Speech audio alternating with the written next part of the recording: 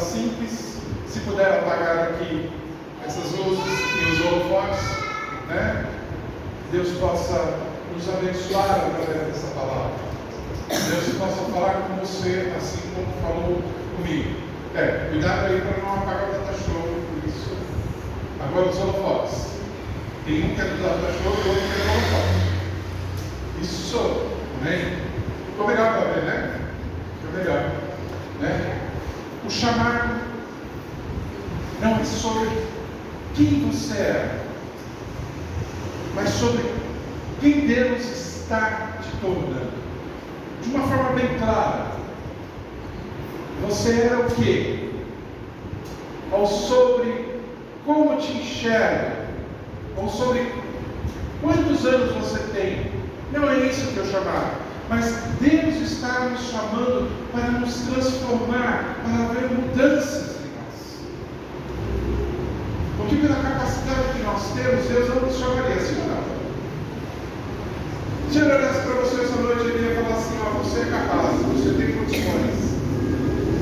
Não há nada em você que impeça você caminhar. Né? Você também está cantando aí, deixa ele, entendeu? E ele olha ali, eu falo daqui, ele fala de lá, ele olha para o brinquedinho dele e continua. Lindo demais. O que Deus está fazendo na sua vida? O que Deus está transformando em você? Quais são as coisas que estão mudando nas suas características? Eu quero falar, o dom é perfeito. Olha, Deus me deu um dom. Ótimo. O dom que vem dos céus é perfeito. Mas Deus quer mudar o nosso caráter, a nossa forma de agir, a nossa forma até de pensar. E amar a Deus sobre todas as coisas e o próximo não é tão fácil assim.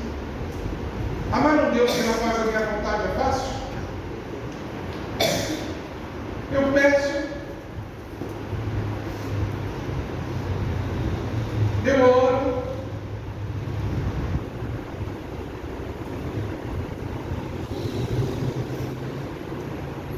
e o meu próximo só quer puxar o meu tapete?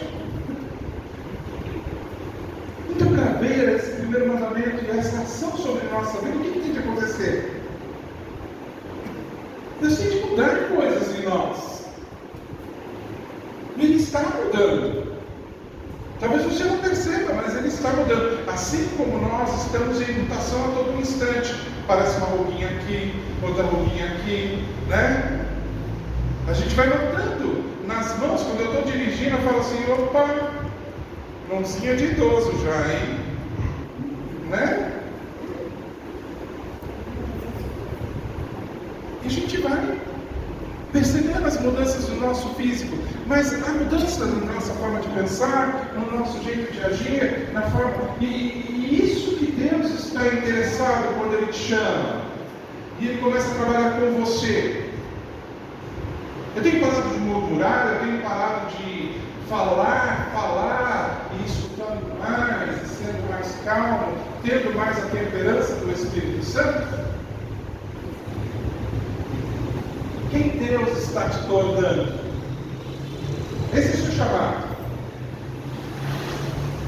E uma das coisas interessantes é, quando Paulo disse: sou o pior dos pecadores, Deus disse: ele está pronto. E Paulo reconheceu.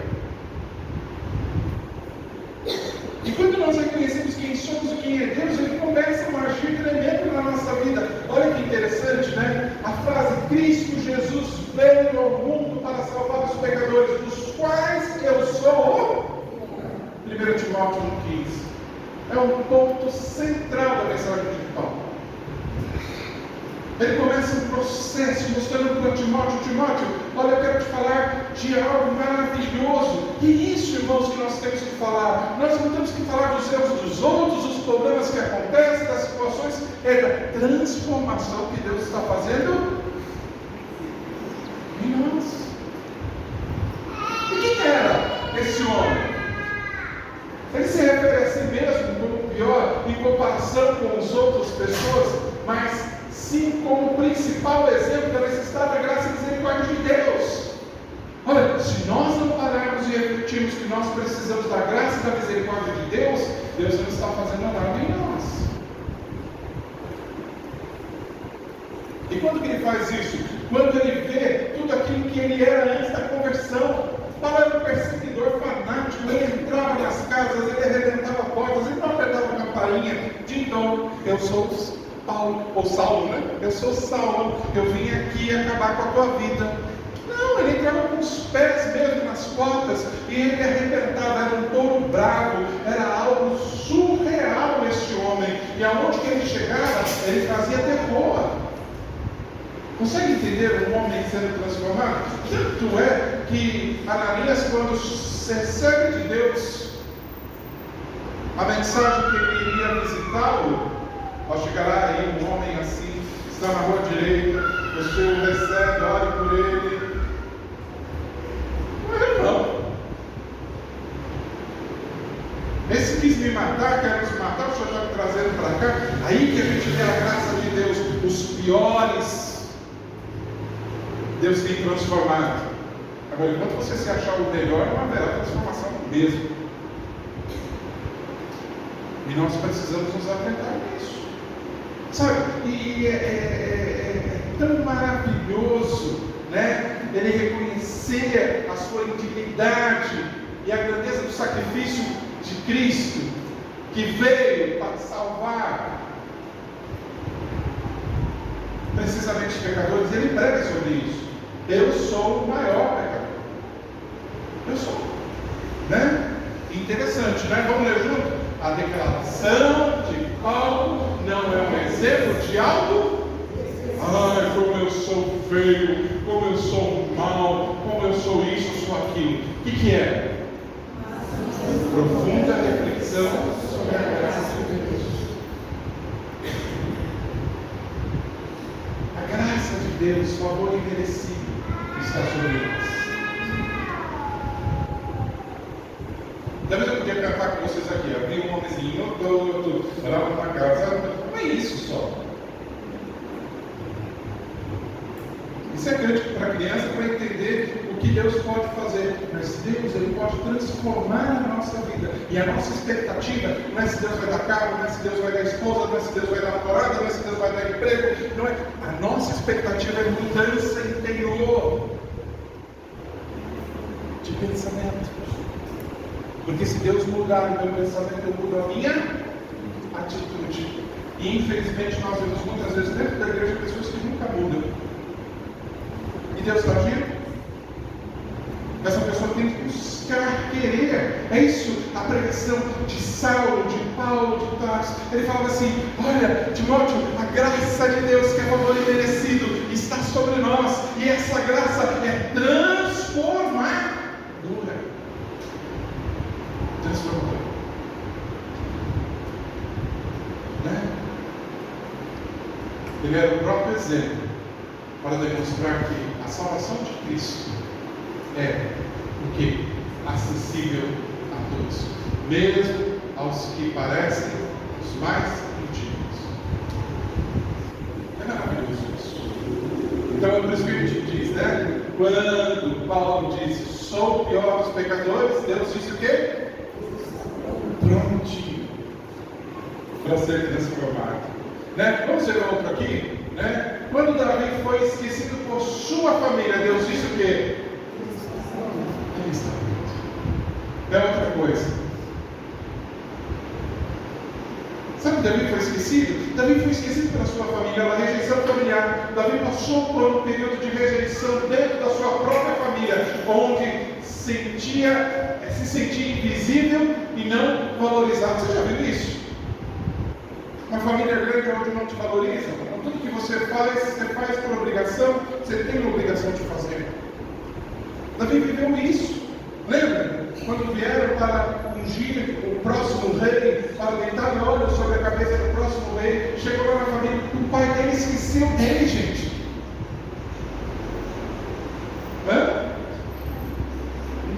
O profeta perguntou, o sacerdote perguntou, não existe mais nenhum aqui? pai pode botar a mão na cabeça e falar assim: peraí, deixa eu pensar. Dos meus 45 filhos, eu não era 45. Entende? E aí começa, né? A falta de reconhecimento. Quando o profeta Samuel foi visitar a casa de Jessé para ungir o futuro rei, Davi não foi chamado, e os outros filhos de Jessé foram apresentados primeiro. Ou seja, esse é o meu filho mais lindo, esse é o meu filho mais garboso, esse aqui é o meu filho mais forte, esse aqui é o que trabalha mais, esse aqui é o que sabe ler e escrever, esse aqui é aquele que sabia sempre, mas Davi não tinha predicado. Isso fere, não fere? Porque na hora de trabalhar te chama, na hora da festa te esquece. Na hora da luta você está lá falando. Na hora de pegar o tanque de roupa suja e lavar, a máquina lava, mas se não botar lá dentro ela não lava, viu? E eu aprendi que máquina não lava roupa. Máquina bate roupa. Depende do produto que você colocar, da forma que você fizer, aí a roupa sai limpa. E muitas vezes não valoriza. E é isso, ele se sentiu desvalorizado. E muitas vezes é isso que acontece. A importância de Deus, mesmo diante de uma falta de reconhecimento de sua família. Davi tinha o quê? Certeza que Deus tinha chamado e que ele estava, mesmo que fosse esquecido pelos seus familiares. Ou seja, todo mundo pode esquecer de você, querido. Se Deus não esquecer, está tudo certo. Aliás, pare de querer achar reconhecimento. Pare de querer achar reconhecimento. Por isso que a gente diz, né? Olha que interessante. Quando Davi foi esquecido por sua família, Deus disse o quê? Esse já sofreu, está preparado para ser transformado, para ser mudado. E olha uma coisa, tem um livro que diz assim: eu não me esqueci de ti, virei outra vez. Ainda que demore, ainda que as pessoas nos rejeitem, ainda que você não tenha um emprego maravilhoso, ainda que você seja doente, ainda que você esteja esquecido num canto, o Senhor não esqueceu e Ele está pronto para te transformar. Amém? Olha lá. Quando Pedro disse: sou um homem pecador, Jesus disse o quê? Lembra da pesca? Pedro falou tão grandemente, né? Afasta-se de mim, Senhor, porque eu sou um homem pecador. E ele declara isso em Lucas 5,8, né? Lucas 5,8 fala a respeito disso. E depois desse testemunho, né, da pesca maravilhosa, ele ficou assim: mas o Senhor é o Messias, eu sou pecador. Não posso. E sabe, irmãos, muitas vezes a gente vê hoje em dia pessoas achando que são tudo. Eu vou repetir a frase que eu não vou esquecer esse ano. Se você quer validar o teu reino, tem pessoas que têm reino próprio, usando o nome de Jesus, você não está no bom caminho. Uma aparência de cristão, viver uma vida cristã, mas não tem nada a ver com cristão, porque quer validar o reino, as minhas ideias, o meu jeito de ser, a minha forma de pensar. Nós precisamos ser como Pedro, né? Humildes e conscientes daquilo que somos. Olha o que aconteceu. Jesus, no entanto, não se afastou, mas disse o que a Pedro? Vamos ver? Não tenhas medo. De agora em diante será do quê? Oh, glória. Louvado seja o nome do Senhor. Pedro, não tenha medo, porque eu te vi, eu conheço você. Talvez você se sinta o pior dos pecadores, talvez você se sinta a escória, mas eu estou te chamando, a minha graça está sobre ti, né? Olha, esse incidente demonstra a humildade de Pedro e o seu reconhecimento de que, apesar da sua fé, ele também era um homem pecador. A importância da graça, irmãos. Não vamos nunca parar de pregar sobre a graça. Eu acho que eu parei um pouco de pregar sobre a graça. Eu quero voltar esse tempo e falar sobre a graça de Deus, porque a graça de Deus transforma, muda e altera sentimentos e pensamentos que são do mundo. Porque quando uma igreja perde a noção da graça, ele começa a matar uns aos outros. Eu, sabe? Eu sou o cara. Eu posso julgar, eu posso falar de qualquer forma, eu posso me atrever a apontar o dedo para o meu irmão, que é um atrevimento isso, que nós não fomos chamados para julgar. Consegue entender? Não. Nós viemos do mesmo barro, e destituídos todos estavam da glória de Deus. E é isso que se manifesta a graça. O episódio também destaca a importância da graça de Deus, que pode transformar até um simples pecador em um líder espiritual.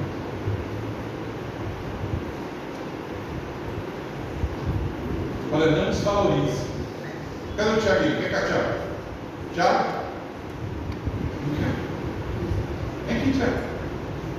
Vem. Tiago é o nosso jovem aprendiz aqui de diácono. Está chegando todo dia às 6 horas aqui, colocando os envelopes no banco, vendo, colocando a aguinha para o pastor, acertando as coisas. Talvez o senhor olhe para um jovem adolescente desse e fala assim: como? Você não sabe quem será esse homem no futuro. E a gente reconhece por aquele que serve, por aquele que está. Eu louvo a Deus a vida dele porque ele quis esse chamado, desejou estar trabalhando na casa do Senhor. Deus te abençoe, viu? Se você vê ele assim, com essa plaquinha do diácono, respeite ele tem autoridade, viu? É verdade. Boa. Deus abençoe. Sabe, irmãos, nós precisamos olhar para as pessoas, não pelo que estamos vendo, mas por aquilo que Deus vai fazer sobre essas pessoas. Tem uma médica que tem uma gratidão imensa comigo. Ela me conheceu, era a doutora Lígia. E é só um exemplo que eu quero te dar. Eu estava no auge do meu ministério, eu sempre trabalhei com decoração. Eu tinha uma empresa de decoração. E essa médica estava se formando. E ela chegou para mim e falou assim: Pastor Luiz Paulo, eu preciso me casar. Ela se casou na igreja presbiteriana Armênia, lá na estação Armênia do metrô. Tem uma igreja linda lá presbiteriana. E ela virou para mim e falou assim: só que eu não tenho dinheiro para decorar o meu casamento, eu não tenho dinheiro para fazer o quê? Pastor, eu não sei o que fazer, eu não tenho dinheiro para pagar. Eu falei: você consegue comprar umas flores? Consigo. Tudo bem. E eu decorei toda a igreja, ficou linda a igreja, porque é tudo mais. E ainda pedi: olha, quando acabar aqui o seu casamento, eu posso levar tudo lá para a palavra da vida? A gente está tendo uma formatura de um amigo meu, então nós usamos ainda as flores do casamento dela para decorar lá a formatura. Passou anos. A minha sogra teve um câncer na perna. E nós chegamos desesperados, porque a amávamos profundamente. E o médico chegou simplesmente, fez o superficial, ou seja, tirou o pequeno câncer e deixou o resto tomar conta. E conversando com ele depois, ele falou assim: mas uma senhora de 86 anos, por que a gente vai salvar? A gente está mais preocupado. É difícil ouvir isso, né? Mas essa é a visão do mundo. Aí eu me lembrei da Lígia, que ela trabalhava no Hospital Santa Marcelina. Sabe quem era a Lígia depois de 20 anos no Hospital Santa Marcelina? A diretora da cabeça e pescoço de oncologia. A minha sogra foi tratada como uma princesa naquele hospital. Por ela, pessoalmente. E quando fomos levar lá um agrado para ela, uma cesta de chocolate, porque ela conseguiu não amputar a perna da minha sogra, ela virou e falou assim: eu te devo tanto. Por favor, não traga nada. E chorou comigo dentro da sala. E essa semana, quando eu fui lá esvaziar aqui, e ela fez isso por mim, porque é a especialidade dela, eu agradeci. Ela falou assim: você não sabe o quanto você é referência na minha vida de se dar. Irmãos, nós não podemos olhar para ninguém e rejeitar, porque a gente não sabe o que Deus vai fazer com vai usá-los na nossa vida. Então não busca na cara de ninguém, por favor. Aprenda isso.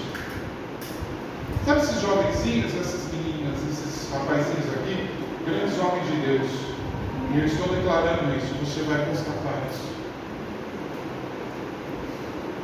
É precioso isso, é precioso demais entender que Deus pode pegar uma pessoa simples e transformar em um grande líder espiritual, em um grande médico, em um grande advogado, em um grande padrinho, em um grande... Porque tem hora que você não vai ter um tostão. Se chegar lá perto de alguém que você conhece, te dar um pacote de pão, você vai estar feliz da vida.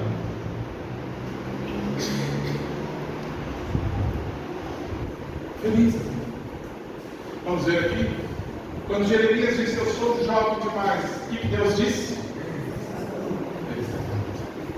É tão maravilhosa a história de Jeremias, né? O chamado de Deus para Jeremias. Deus revela a Jeremias que o conhecia e o havia separado como profeta antes mesmo dele nascer. Já pensou isso? Antes mesmo de nascer, o Senhor já sabia tudo. A graça de Deus sobre nossas vidas é maravilhosa, né? A hesitação de Jeremias, apesar de reconhecer o chamado de Deus, expressa hesitação e incerteza, acreditando que era jovem, que é jovem demais para a tarefa. Jeremias 1, de 5 a 6, leia lá. Olha o encorajamento de Deus. Vamos ler juntos?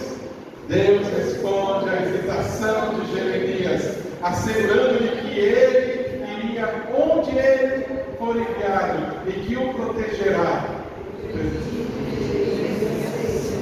Ou seja, Deus falou assim: olha, você pode ter medo, mas eu estou contigo. Aonde você for, eu vou. E se eu te mandar para os locais para falar, eu estou junto com você. Isso não é bom demais? Isso é a graça de Deus sobre nós. Quando Isaías disse: sou impuro, lembra? Eis que vi o Senhor e vou morrer. E ele vai para o chão.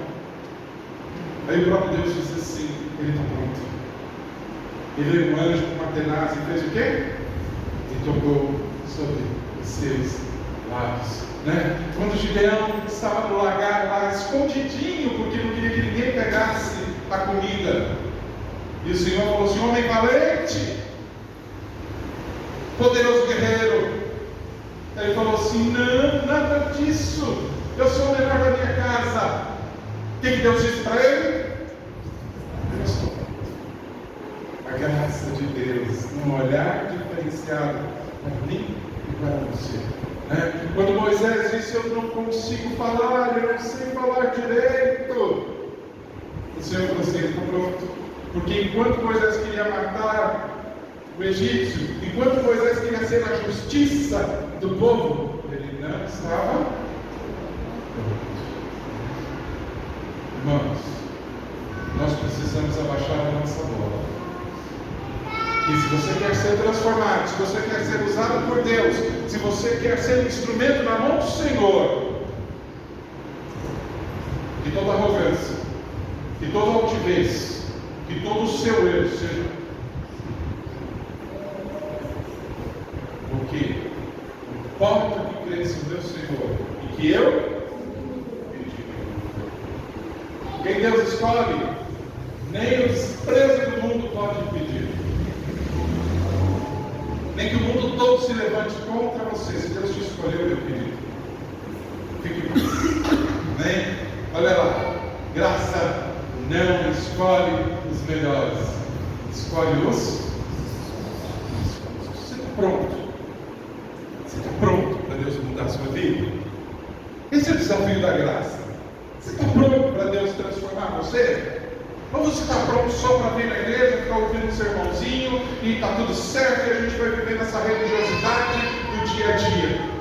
Você está pronto para morder a sua língua quando você quiser falar com o teu irmão? Você está pronto para poder esbofetear o teu peito e dizer assim: para, eu não aceito que a minha carne faça aquilo que ela queira, eu quero fazer a vontade de Deus? Você está pronto para rejeitar coisas que o mundo te oferece, para você viver a graça de Deus e viver os planos do Senhor? Esse é o nosso chamado. É o chamado que Deus tem para mim e para você.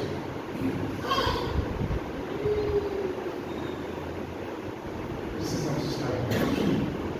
você vai ficar firme.